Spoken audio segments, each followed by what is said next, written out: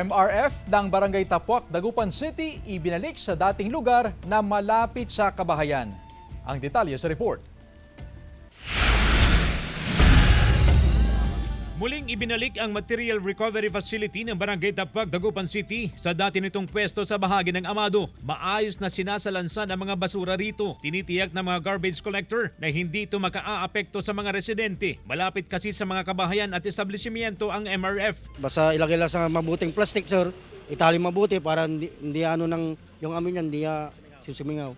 Umaabot sa 10 tonelada ng basura ang nahahakot at dinadala sa MRF araw-araw. Kapag napupuno na ang MRF, dinadala na ang mga basura sa Urdaneta City. 60 tonelada ng basura ang dinadala sa waste facility roon sa loob ng isang linggo. Maganda naman yung kanila, malinis. Wala naman problema, hindi mababaho.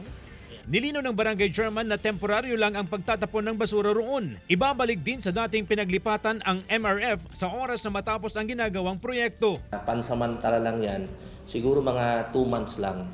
Kasi nga sa kadahilanan na yung kalsada at saka drainage papunta dun sa pinaglagyan natin, pinaglipatan natin ay ongoing yung construction. Plano rin ng Barangay Council na maglagay ng mga CCTV camera sa mga looban ng barangay upang magkaroon ng disiplina ang mga nagtatapon ng basura. Yan, at least kapag may CCTV, pwede nating tignan kung sino yung mga